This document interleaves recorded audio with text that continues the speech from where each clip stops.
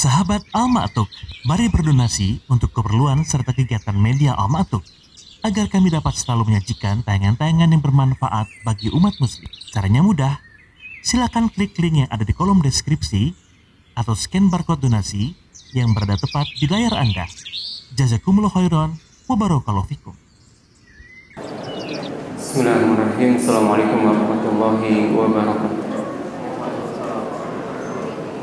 Alhamdulillah hamdan katsiran thayyiban mubarakan fih kama yuhibbu rabbuna wa yarda.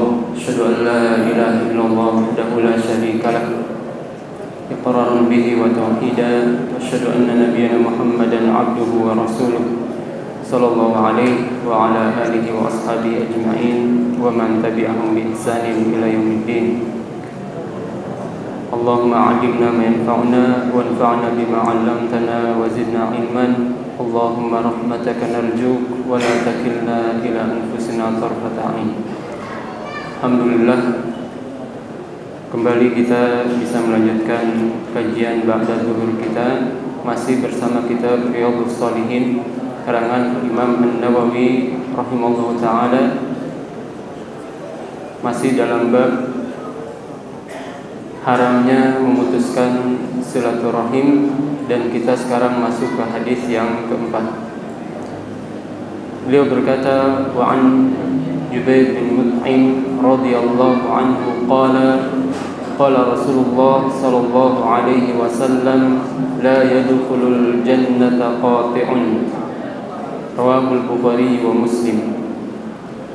Dari Jubair bin Mut'im, semoga Allah meridhoinya, ia berkata, Rasulullah sallallahu alaihi wasallam bersabda, la yadkhulul jannata qati', tidak masuk surga orang yang memutuskan silaturahim, yakni qati'ur rahim. Maksud memutuskan di situ adalah memutuskan silaturahim, sebagaimana beliau nukilkan tafsirannya dari Sufyan ibnu Uyainah rahimallahu ta'ala.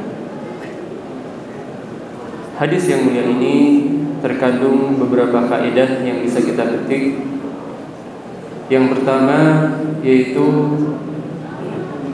haramnya memutuskan silaturahim, dan ia termasuk dari dosa besar.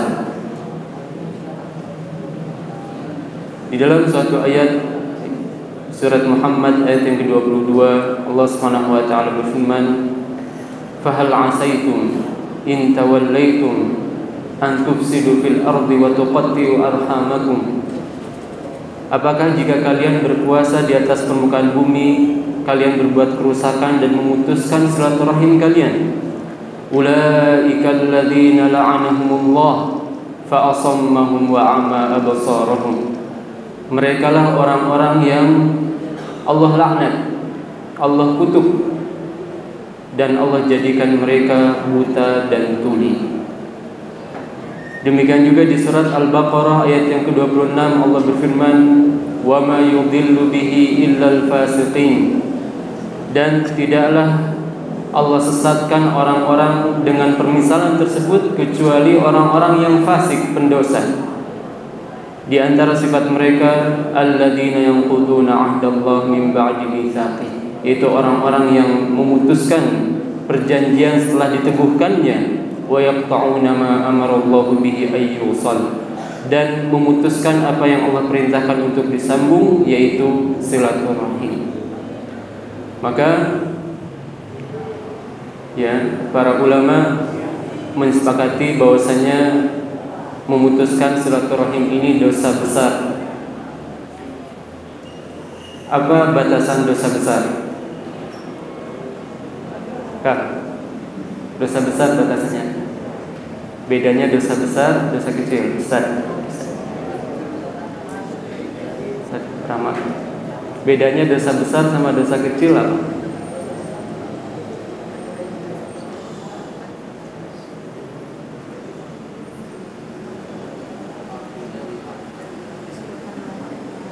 Ya, yang dilaknat. Baik. Kang Denny.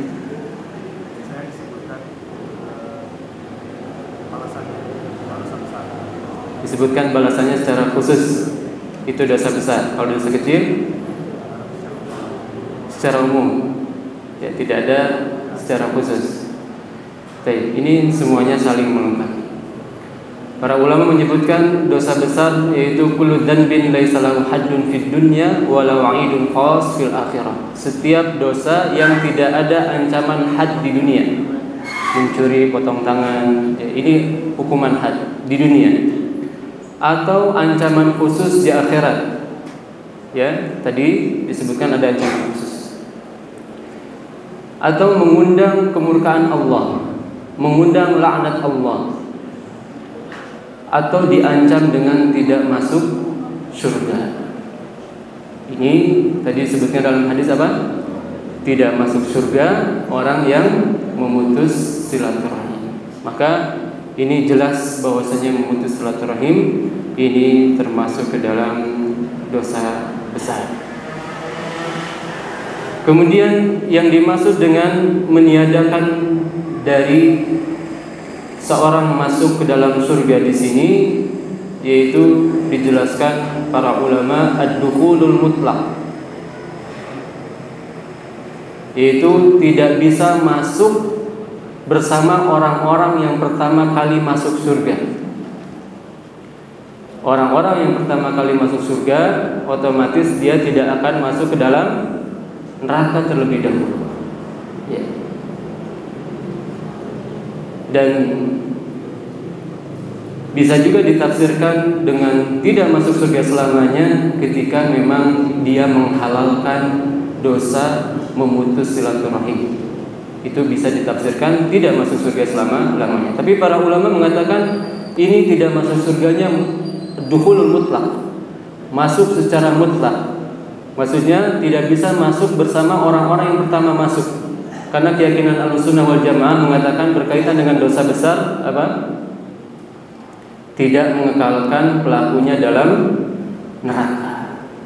Dan dia ya berhak atau bisa diampuni Allah Subhanahu wa taala walaupun belum bertaubat, ya, selama Allah kehendaki dan selama dosanya bukan syirik.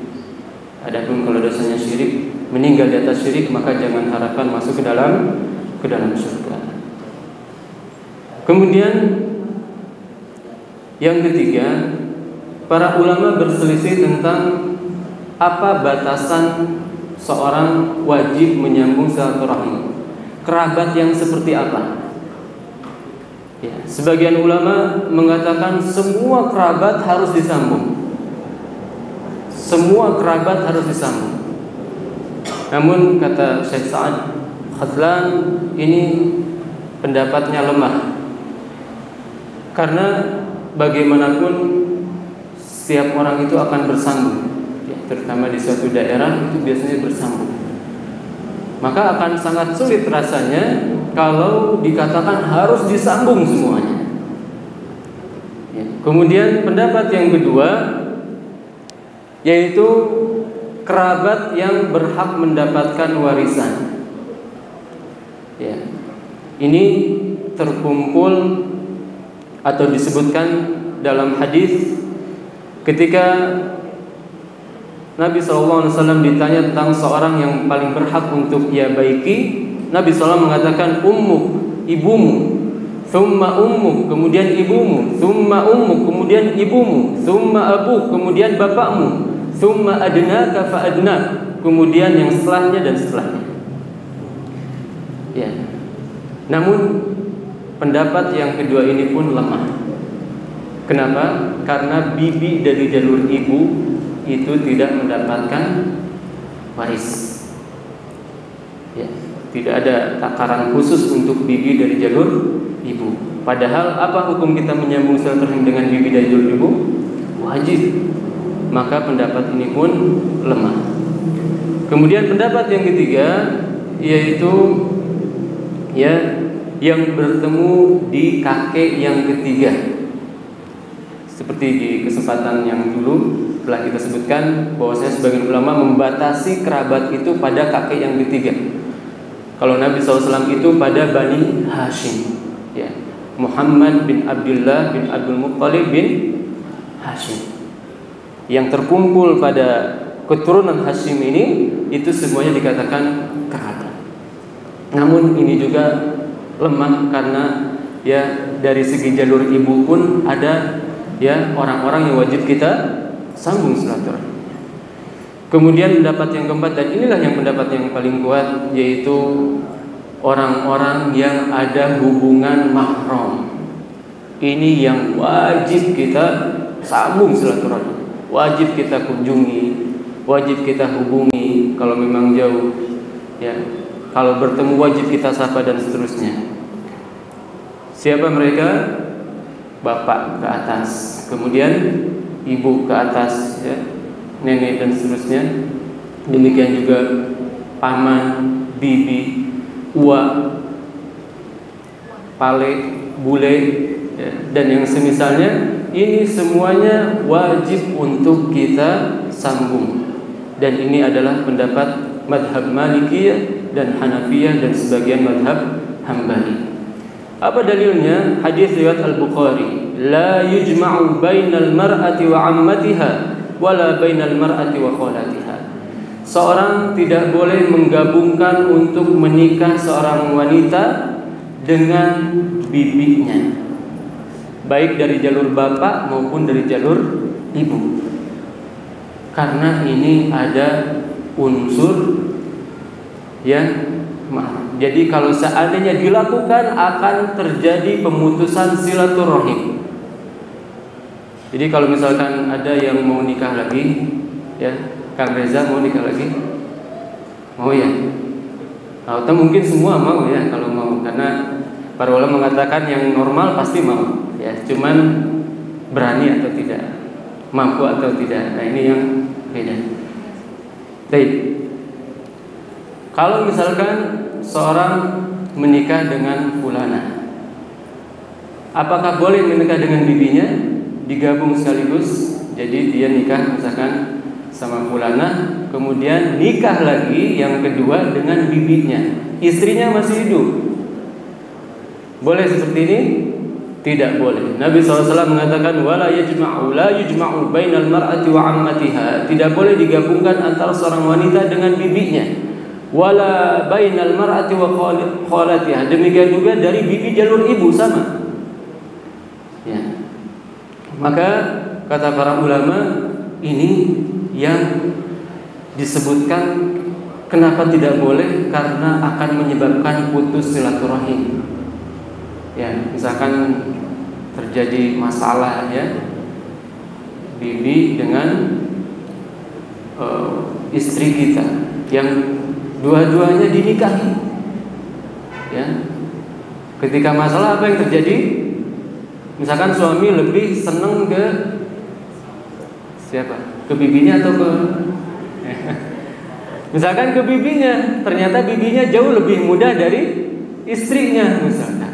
Kan mungkin ya, mungkin nggak bibinya aja, mungkin ya. Ketika terjadi kecenderungan yang lebih, kemudian sang bibi ini marah kepada wanita tersebut, maka terjadi pemutusan silaturahim. Bahaya ini. Maka kata para ulama, ini yang lebih kuat. Jadi yang masih ada hubungan kekerabatan, itu yang wajib kita sambung. Dan terakhir, di sana ada beberapa kisah, mungkin kita akan sebutkan sebagian saja, tentang sebagian orang yang memutuskan silaturahim. Ya, di Qonat Al-Majd, ya, siaran TV Al-Majdi. Ini siaran TV yang sangat bagus di Saudi Arabia, bersih. Ya. Allah alam, setahu anak itu bersih dari musik. Kemudian kalau mengundang para narasumber itu orang-orang yang berilmu. Itu disebutkan di situ biasanya ada orang-orang yang bercerita, ya, orang-orang yang memiliki kisah hikmah. Ada seorang yang dia punya tempat tinggal, di sana ada masjid. Di masjid itu ada beberapa orang tua yang saking rajinnya ke masjid sampai kunci masjid dikasih ke orang-orang itu. Ya, dikatakan minimalnya ada 2 orang ini. Ya. Yang satu ya kerabat dengan yang kedua. Dia duduk dari setelah subuh sampai syuruk, duduk di masjid. Ya, ini amalan luar biasa. Ke masjid, orang sebelum iqamat ini, sebelum adzan dia kedua-duanya sudah ke masjid. Namun kata Syekh itu, kedua orang ini atau mereka ini 5 tahun tidak bersalaman. Subhanallah. Ya, bayangkan amalan luar biasa, datang ke masjid sebelum adzan, duduk sampai syuruk. Ini kan pahalanya besar sekali. Seperti dengan ibadah haji. Ya. Maka hancur sia-sia ketika dia memutuskan silaturahim. Padahal keduanya hubungan kerabat. Ya, demikian juga kata beliau, ada seorang atau ya 2 orang yang memiliki 2 kebun yang berbeda. Yang kebun ini punya pekerja-pekerja sendiri, yang kebun ini punya pekerja-pekerja sendiri. Sholat di masjid yang sama, tapi akan terjadi dibuat jamaah yang berbeda. Tujuannya apa? Supaya tidak pernah bertemu, karena terjadi sengketa. Subhanallah. Sampai sedemikian rupanya orang memutuskan silaturahim. Dan ini banyak di masyarakat kita. Adik, kakak, ya, bermusuhan sampai mati. Subhanallah. Padahal Nabi SAW mengatakan sungguhnya amalan anak Adam itu diangkat di setiap hari Kamis, kecuali orang-orang yang memutuskan silaturahim. Maka mudah-mudahan Allah SWT melindungi kita dari sifat memutuskan silaturahim, dan mudah-mudahan Allah senantiasa memudahkan kita untuk menyambung silaturahim kepada orang-orang yang wajib kita sambung. Mungkin ini saja yang bisa kita bahas. Sallallahu alaihi Muhammad wa akhir da'wana alhamdulillahirabbil alamin. Subhanakallahumma bihamdika asyhadu an la ilaha illa anta astaghfiruka wa atubu ilaik. Assalamualaikum warahmatullahi wabarakatuh. Sahabat Al-Ma'tuk, mari berdonasi untuk keperluan serta kegiatan media Al-Ma'tuk agar kami dapat selalu menyajikan tayangan-tayangan yang bermanfaat bagi umat muslim. Caranya mudah. Silakan klik link yang ada di kolom deskripsi atau scan barcode donasi yang berada tepat di layar Anda. Jazakumullah khairan wa barakallahu fikum.